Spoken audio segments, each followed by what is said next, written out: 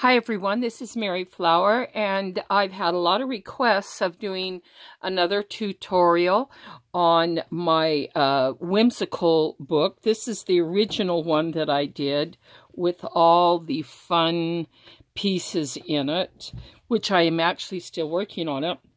And what I'm going to attempt today, for anybody who wants to follow, is to make a small one of the same nature, because I will have patterns and other things that you could probably download, and we'll try and get to that as we go. But I'm going to start with the cover, and in the end, and you know what, to see this, if you have not seen this, I do have a video on this particular book, and I encourage you to look through that first, and then if you want to, you can watch this, which will be the tutorial, which I did do a tutorial of how to make the papers, and I suggest that you watch that as well, because we'll be using it. And these are the type of papers that you'll come up with. I've used a lot of these papers, and I'm even getting kind of low on some of these papers myself, which I'll go back and do. But these are hand-painted watercolor papers, and also I have done a lot of jelly print printing on that. And so there's a lot of videos on jelly print, jelly paint, jelly plate printing. So I suggest you watch those, and then you can come up with some crazy papers. And I even did one on jelly plate printing myself, if you want to watch it. So you'll need a variety of colors, and don't throw away your little pieces, because you'll be needing them. And as I've been working on this, I even just decided to use a box to throw all my little pieces. If you don't have and can make your jelly plate printing papers, and I suggest you use this type of watercolor paper. And the size is a really good one. It's 11 by 15 on this to make that. And on my video, you'll see that anyway. And if you don't have that, and you just want to go out and try this, there's plenty of designer papers that are just kind of interesting colors and stuff. But I don't suggest that. It really looks better when the papers have been handmade. It's really most part of the charm.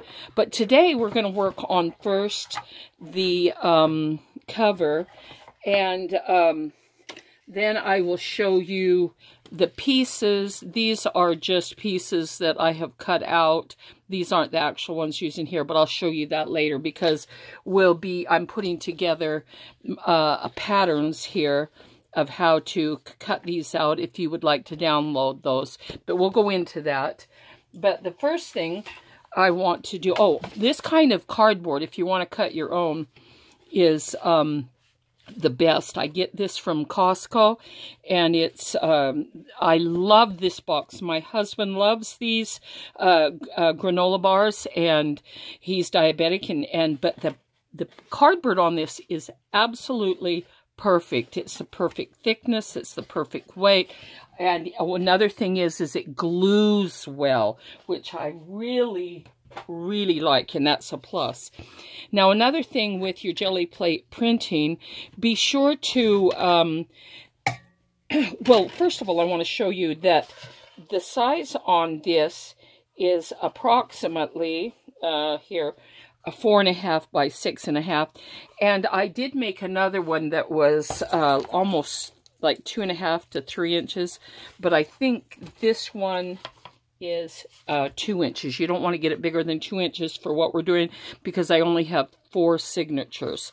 So what we're going to do, and there's plenty of journaling, how to make the covers out there, but I'll just describe really quickly. These are 2 4 by 6 here, pieces, and this is one that's the same length that you put in the middle. And the first thing I do, you want to leave a little tiny space when you're gluing this, is take some kind of not super heavy paper, but maybe regular designer paper that I use the scraps here. And I make sure there's an indentation in here, but there are plenty of videos to see how that's done. And this folds really nice. So if you leave a tiny space in here, the book will fold really nice. So it ends up looking like this. Now, the papers that I'm used to cover the book are not as heavy as your watercolor paper. So therefore, I have, when I was doing my jelly plate printing, I did some on just pieces of paper, just regular things out of books. This one is, these were from a calligraphy book because I liked the weight of the paper. It wasn't too heavy, but wasn't too light. And I like the look of it. And since this is going to be extremely colorful, that's what I wanted on the cover. So what I'm going to do is I'm going to cover this. What looks like I could probably maybe use both of these. But I like this on the front. I like this portion of it. So I'm probably going to put the front of it right here. What I can do, since it's not quite big enough, is glue this to this end and cover it there. So I will show you what I'm doing. But I may be able to get the entire thing on here. I don't know. Let me see. It's kind of a stretch, but I think we can do it. Now, I used to only like to use this tacky glue, but I'm finding that this clear Elmer's glue with my project, if it's a good porous cardboard here, then this works really well, just as well. But I do like to use a one of these, like a credit card, and I have a stack of these. This is an old Kohl's, and I use it for scraping, and so I'm going to demonstrate that right now. And so we'll start with doing the cover. And so you might want to stop anywhere you want to stop the video, you can, or go back. You know, that's one thing about it, is you can go back as many times as you want. But I really like this glue, especially for this project, because this cardboard glues so well. And it's one of the reasons, not only is it the right weight and thickness and durability, it also is, it glues so well. I mean, you know, some people prefer to use the tacky glue on everything. Well, I don't mind this thickness of, you know, I don't mind this because it glues really well. Excuse me, I have a little tiny bit of a cold. Don't worry, I'm not sick with flu or anything. Okay, this is the side I want to do it. So what I'm going to do is glue this side first. And since I want to move it right over there, because I'm going to have to fold this over the edge. So what I do is glue that really, really well. And you're going to cover the inside too, so I'll take some of this off here. And then I want to, you can glue the entire thing, but make sure when you do, it moves well like this, you know. So that's the reason sometimes I like to do one side at a time. And I like to get the corners. So I'm going to do that first really quick here. And to here, take a little niche out on this. I hope I keep this in view. I stand up doing this so I can try to make sure that my project is in view of the camera. So, and I'll even move it down a little bit. So then I glue these sections.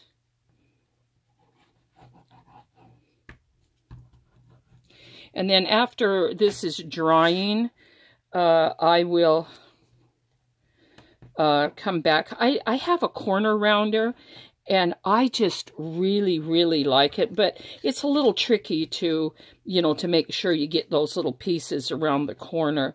But I always put ink on it when I'm done anyway, so.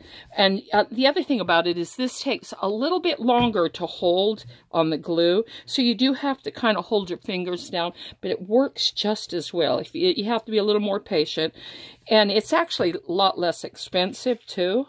That's the other thing about it. And so those are on a budget. This is really the best kind. You can just get it in Walmart. And I like the clear glue the best. I don't know why. I just like it. So I've got that corner there. And just to hold it for a minute, I will put a little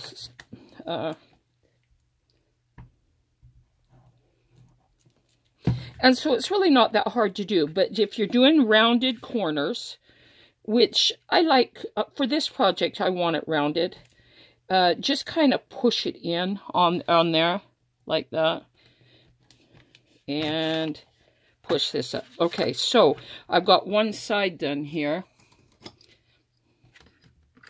Now, you do have to be patient here with it, because like I said, this takes a slightly bit longer, but as you can see, it's holding pretty good. And so while that's drying for just a second, I want to show you something else here. Let me see if I want to show you the kind of paints that you can use in the jelly plate printing. I like these the best. I like these, but the Master's Touch acrylic is really the best. But I also don't mind this type of acrylic. And you will be needing black, so I suggest you get black and then other fun colors. And when I make these, I like them to be really brilliant and bright. So I use really the bright color. See, that's pretty much done there. So what I want to do is now glue this section.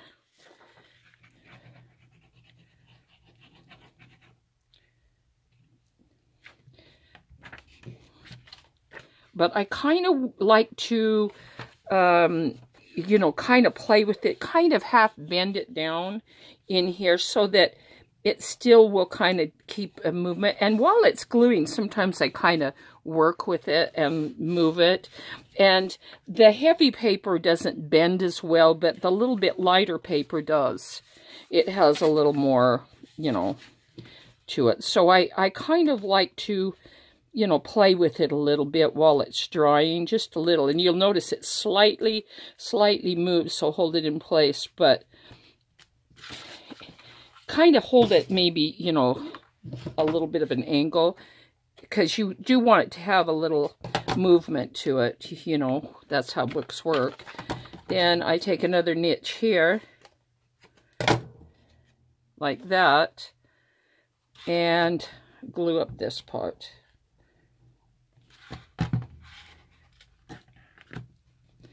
And this is going to, you know, have something on it too, so it won't be. But like I said, you do have to hold it a little bit to make sure it's glued down. And take it for just a moment and put your little clips on it for a minute so it'll glue. And it only takes a minute. If you use the wrong kind of cardboard, but most cardboard's pretty good with glue, but I find that, like books or something, if you use an old book or something, you know, it just doesn't glue very well. So this makes me so I can move it a little bit even with that on it. So now we're going to work on this part.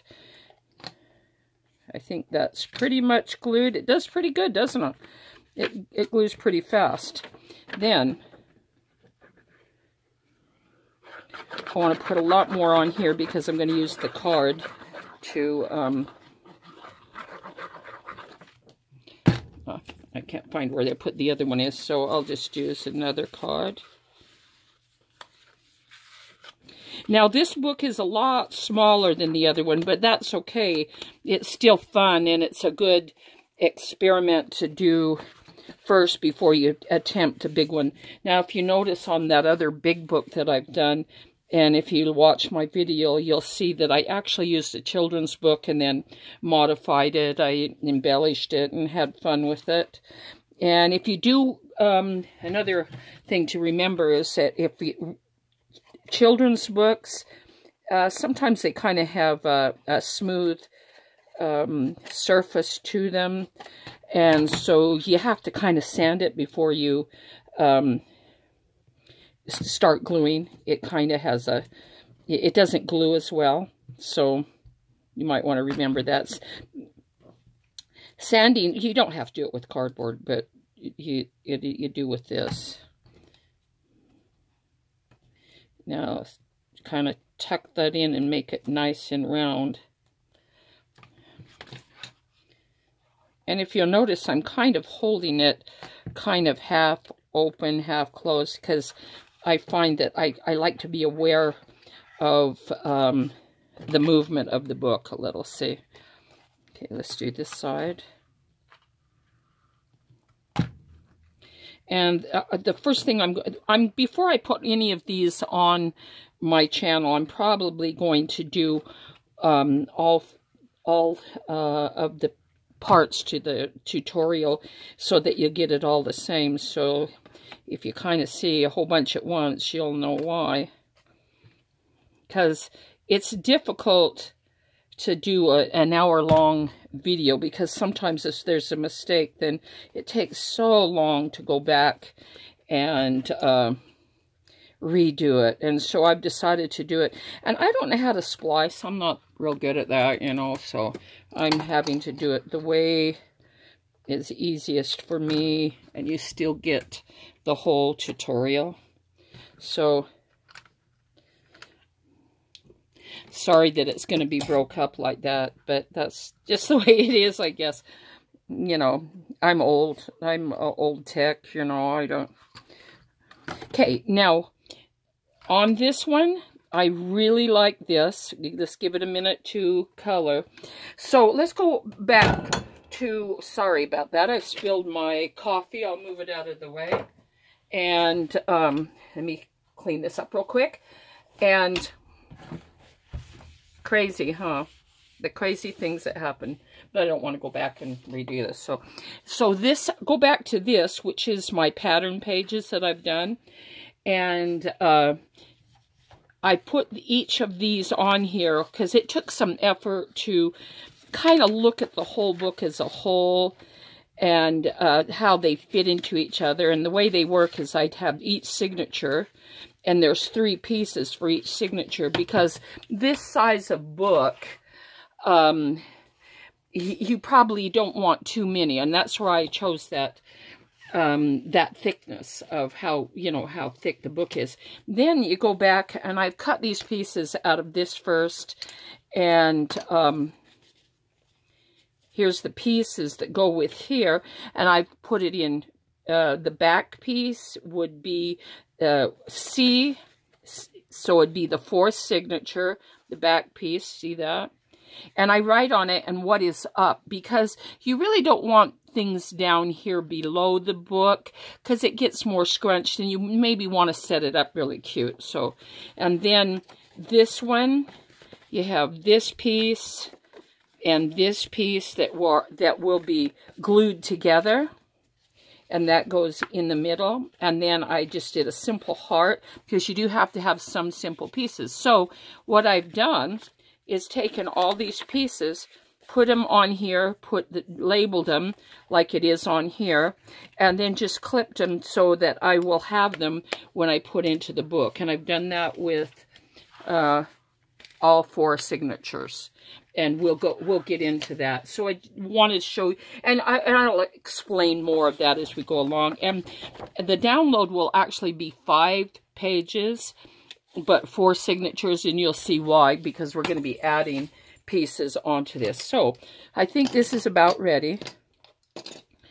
And then what I want to do is cover the inside, and I kind of like this on the inside. I may choose something else, but I kind of like this. So what I'm going to do is stop the video for just 1 second. I'm going to cut it down so it fits this perfectly.